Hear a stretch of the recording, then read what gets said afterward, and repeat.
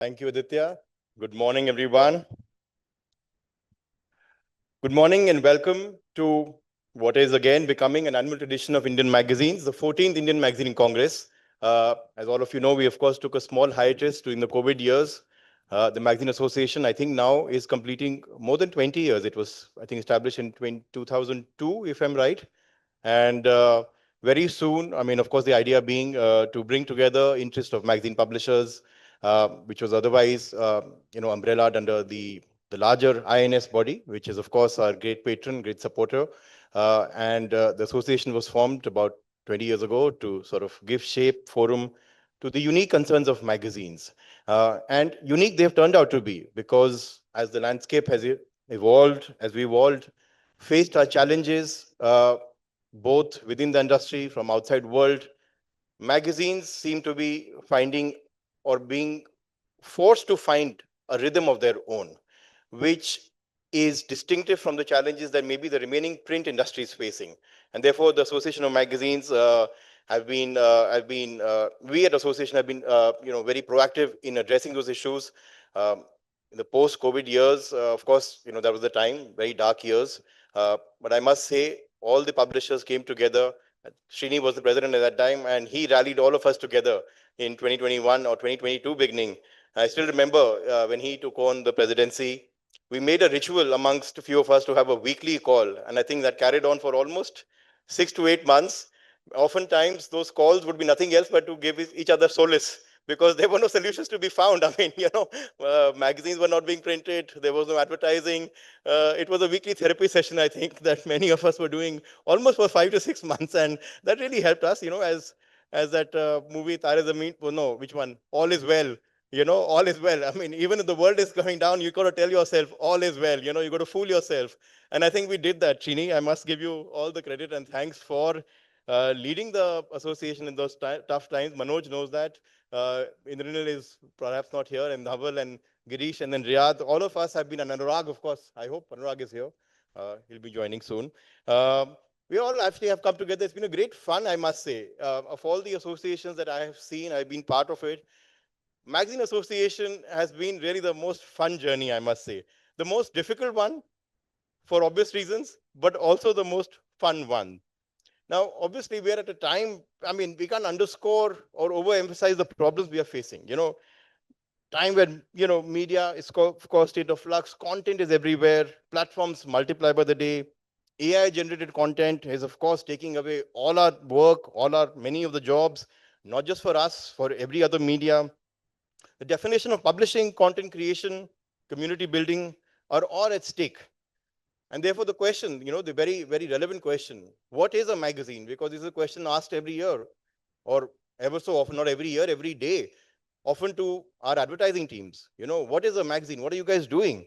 And I mean, there are multiple answers to it. And one answer that at least I personally believe in, and I think most of us do believe in, that magazine, whilst of course in the true form was a physical product, a magazine in printed pages, but a magazine is also a metaphor.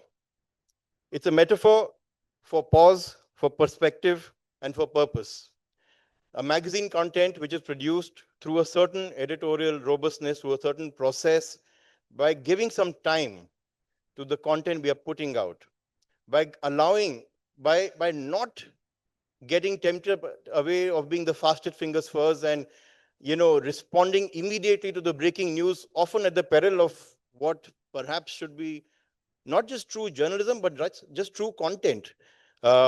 Magazine allows you that space, that process to think through, to think of your reader, to not get caught up with the purpose that your content is meant for everybody. It is not meant for everybody. It is meant for a very certain select audience. Knowing what that audience is, knowing what that niche is, knowing what they want from you, knowing what they don't want for you, knowing what you cannot do and what you can do. That is what a magazine as a metaphor is. And I think, and we'll of course, this is a very complex thing. I mean, a lot of speakers are there who will talk about this. Our opening address, Neeraj is going to talk about it at length. And of course, many others will speak about it.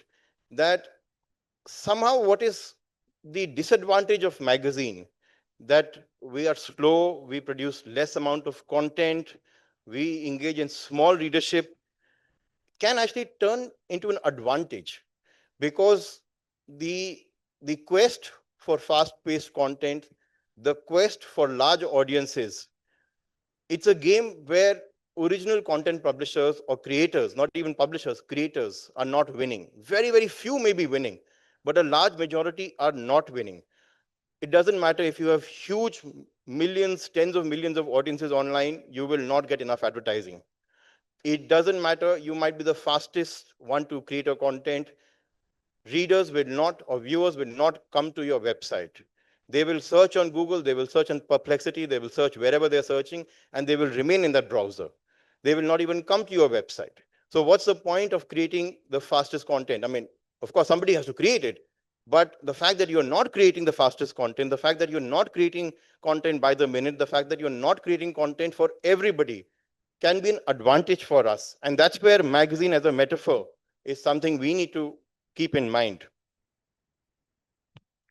We think we live in a world where, of course, big tech is informing the way media and consumption habits are being, taking place. I mean, we can't, dissociate with the reality that big tech is creating the contours within which we live. But one can look at the pessimistic view that since big tech is ruling the roost, there is no space for the more thoughtful small content. Or you can create a different way to look at it. And I think of this writer, Joseph Schumacher, who wrote a book called Small is Beautiful. And his thesis was that, economic systems which are driven by pursuit of unlimited growth, large scale production, profit maximization, are fundamentally unsustainable, both environmentally and socially. And therefore, the thesis that small is beautiful, small enterprises, small units, more human scale, decentralized units, has a value of its own. Both will coexist. It's not to say one versus the other. But just because for the time being, we are driven, we are, sort of certain fascination with the large scale, doesn't mean that the end user doesn't want a place for solace. The end user doesn't want certain care, certain empathy.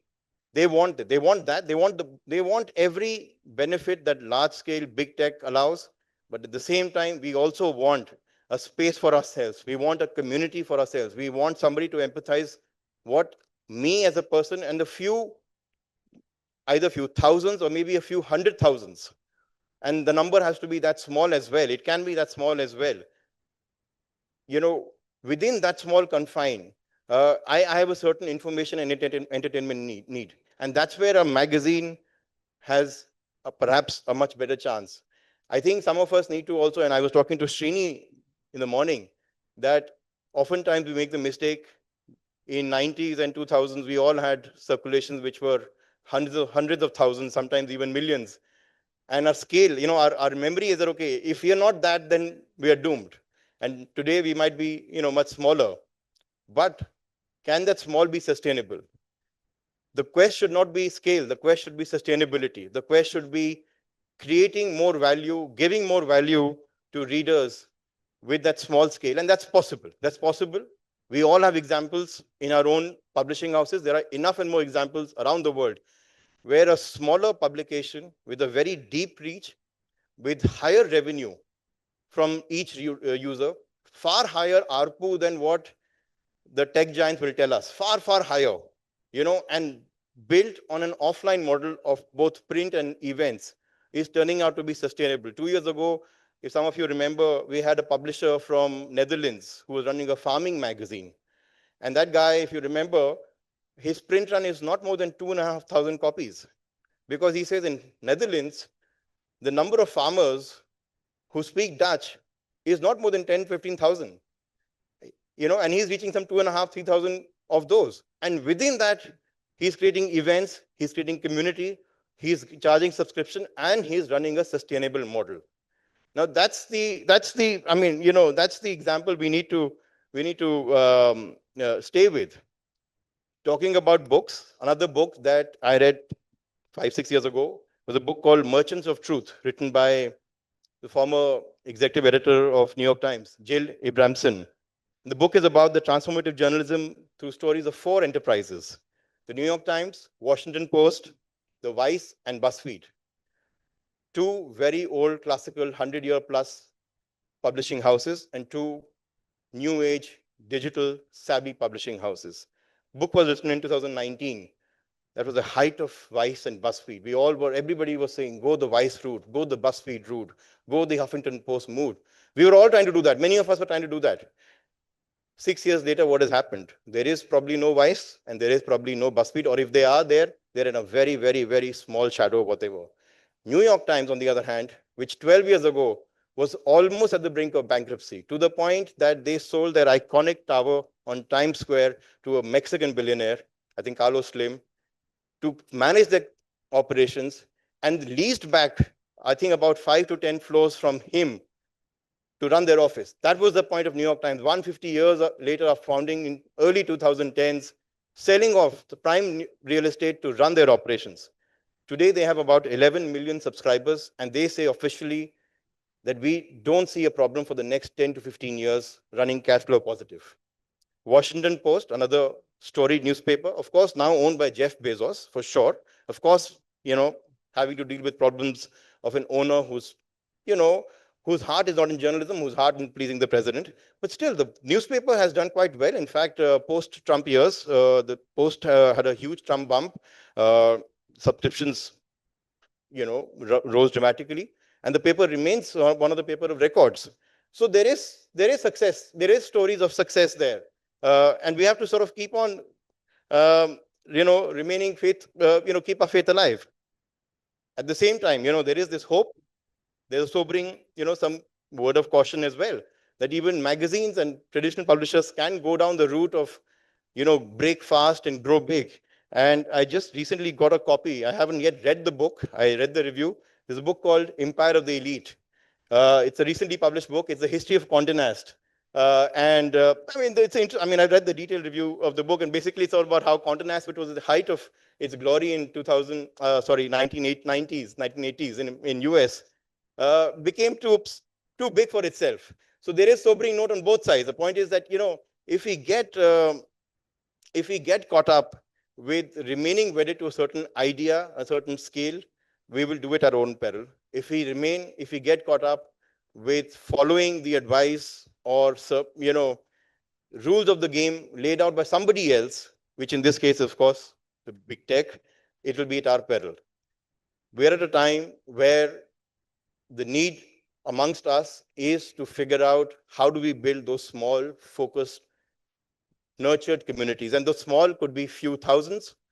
I mean, we run a magazine called Caravan. It's got a very small subscription. It's now a sustainable magazine. A few thousand or few tens of thousand public subscriptions is sustainable to many hundred thousands. And there are enough and more examples. And therefore, the number one priority for us is to keep building subscription, keep building direct relationship with our readers, whether a paid subscription or an unpaid subscription. A relationship is the most important thing, because Google and Facebook and Perplexity will not help us. They are asking, we have to move away from a place of deep seek and, perplex mechanisms to finding deep connect. And that's where our theme of the conference has been. And towards that, I think, I'll keep it short now. The association is proud to, share a lot of initiatives that we have launched in the last. We're launching today, which have been at work for the last almost 3 to 4 years, and all of them have been towards strengthening the subscription economy. There is no secret that India, as a publishing economy, was a newsstand-driven economy. Newsstands have vanished. Newsstands are being diminishing. But in the last 4 years, the association and all the members have worked very hard to strengthen the subscription economy. We started with overhauling the magazine delivery system with the introduction of Magazine Post in India Post, a service that has brought about a paradigm improvement in the quality, in the efficiency, although at a higher cost than regular post, but much lower than what speed post charges. After taking care of the delivery mechanisms, a lot of partnerships have been created with various online players, actually. Surprisingly, online has become an ally for us to find subscribers. Blinkit has become one of our major partners now for on-demand sales. And Blinkit has launched magazine store in almost 10 cities. I think they have a plan to take it to some 30, 40 cities. Of course, there are talks with Amazon is selling magazines. There are talks with Zepto. There are 3 more launches that we are planning today. Prasar Bharati, one of our partners for the event, many of you know, has launched the Waves OTT, which is fast becoming, sort of India's own version or the government's version of live streaming or streaming content. Today, we are proud to announce that a magazine store will be launched on Waves. ONDC, many of you are aware of the Open Network for Digital Commerce, which has brought together dozens of buyer-side apps and hundreds and thousands of maybe seller-side apps. We are launching a magazine store on ONDC on DigiHeart. The Indian Railways itself we've been working with Indian Railways to expand the availability of magazines, and very pleased to share that for the last 2 months we've been running a pilot on 2 of the premium trains called Tejas for selling magazines in the train. And today we'll have somebody from IRCTC announce about this and the plan to expand availability of magazines across maybe a few hundred premium trains.